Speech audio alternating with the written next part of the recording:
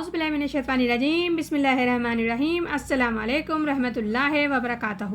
جیسے کہ کل بھی ہم نے سورہ بقرہ کی 2 آیتوں کا ترجمہ تفسیر خلاصہ بیان کیا تھا، جس میں ارشاد ربانی ہو رہا تھا کہ اور جب طلاق دی ہو تم نے اپنی عورتوں کو، پھر وہ پہنچے اپنی عدت گزارنے کے قریب، تو رکھ لو ان کو بھلے طریقے سے یا چھوڑ دو ان کو بھلے طریقے سے، اور نہ روکو ان کو اذیت دینے کے واسطے تاکہ ان پر زیادتی کرو، اور جو کوئی ایسا کرے گا وہ بے شک اپنا ہی نقصان کرے گا۔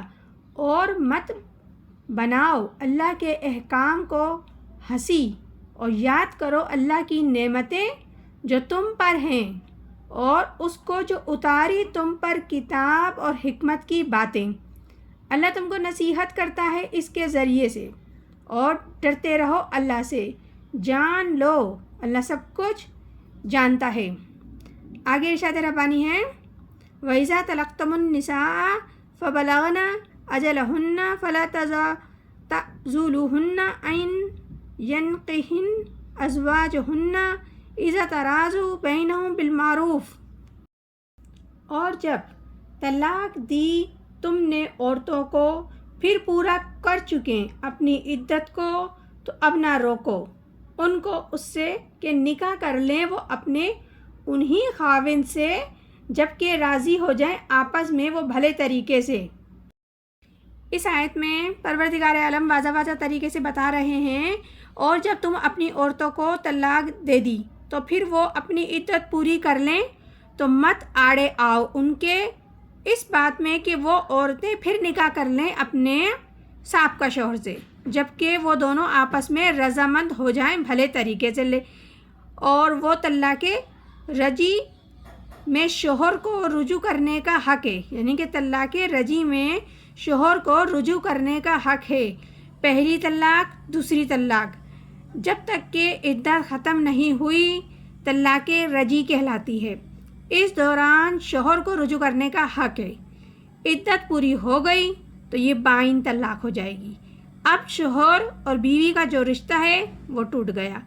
اب اگر نکاح ہوگا تو دوبارہ ہوگا، اور اس میں عورت کی مرضی کو پورا دخل ہوگا، یعنی کہ اس کی رضامندی ہوگی تو نکاح ہوگا۔ عورت کے عدت کے اندر جب عورت عدت میں ہے، اس کے اندر اگر مرد رجوع کرتا ہے اور عورت کی مرضی کو اس میں دخل نہیں ہوتا، جب مرد اگر رجوع کرتا ہے اس سے تو اس میں عورت کی مرضی کو دخل نہیں ہوگا، لیکن اگر وہ دونوں باہمی رضامندی سے نکاح چاہتے ہیں تو کوئی بھی ان کے خلاف نہیں ہو، یعنی کہ لڑکی یا لڑکے کے گھر والے یا دیگر حضرات غصے میں انہیں نکاح سے روکیں تو ایسا مت کرنا، جو بھی کرو بھلے طریقے سے کرو۔ آگے ارشاد ربانی ہے ذَلِكَ يُعِظُ بِهِ مِن كَانَ مِنكُمْ يُؤْمِنُونَ بِاللَّهِ وَبِالْيَوْمِ الْآخِرِ۔ اس مضمون سے نصیحت کی جاتی ہے اس کو جو کہ تم میں سے ایمان رکھتا ہے اللہ پر اور قیامت کے دن کے اوپر۔ اس آیت میں بھی پروردگار عالم بتا رہے ہیں یہ وہ باتیں ہیں، یہ تمام چیزیں جو اللہ تعالیٰ بیان فرما رہے ہیں آیت میں آ رہی ہے، جن میں نصیحت کی جا رہی ہے تم میں سے ان لوگوں کو جو واقعتاً اللہ پر اور یوم آخرت پر ایمان رکھتے ہوں، یقین رکھتے ہوں۔ اب جن کے اندر ایمان ہی نہیں ہو تو ان کے لیے تمام باتیں بے معنی ہیں، مطلب بھینس کے آگے بین بجانا، ان کو کیا حاصل کیا فائدہ، کچھ بھی نہیں پہنچنے والا، نہ ان کو کچھ حاصل ہوگا نہ ان کو کچھ فائدہ ہوگا، نہ ہی ان تمام باتوں سے ان کو کسی بھی قسم کا کوئی فیض پہنچے گا۔ یہ تو اسی کو پہنچے گا جو ایمان رکھتا ہے آخرت پر اور پروردگار عالم پر۔ ذالکم ازکا لکم وَأَطْهَرُ، اس میں تمہارے واسطے بڑی صفائی ہے اور بہت پاکیزگی ہے۔ یہ طریقے تمہارے لیے بہت زیادہ پاک اور صاف ہیں اور اعلیٰ ہیں اور بہت زیادہ عمدہ ہے جو رب العزت نے منتخب کیے ہیں۔ آگے ارشاد ربانی ہے وَاللَّهُ يَعْلَمُ وَأَنْتُمْ تَعْلَمُونَ، اور اللہ جانتا ہے تم نہیں جانتے۔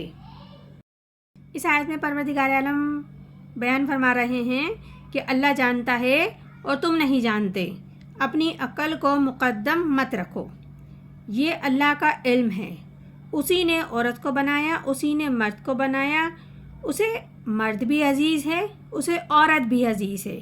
نبی پاک صلی اللہ علیہ وآلہ وسلم نے فرمایا ہے کہ تمام مخلوق اللہ کی کنبے کی مانند ہے، اور اللہ کو ہر انسان محبوب ہے، پسند ہے، اور وہ محبت کرتا ہے، کیونکہ یہ سب اسی کی تخلیق ہیں، اسی کا شاہکار ہیں۔ لیکن وہ جانتا ہے کہ عورت کو کیا حقوق ہونے چاہیے اور مرد کو کیا حقوق ہونے چاہیے، لہٰذا اپنی ہر تخلیق کا علم صرف رب العزت ہی کو ہے۔ یہ سورہ بقرہ ہے جس کی ابھی ہم نے ایک آیت کا ترجمہ، تفسیر اور خلاصہ بیان کیا ہے۔ انشاءاللہ تعالی مزید بھی آگے کرتے رہیں گے۔ پروردگار عالم ہم سب کو قرآن پاک صحیح طریقے سے پڑھنے، سمجھنے اور عمل کرنے کی توفیق عطا فرمائے، اور اس سے ہدایت، نصیحت سمجھنے کی، لینے کی توفیق عطا فرمائے۔ آمین ثم آمین۔ جزاک اللہ۔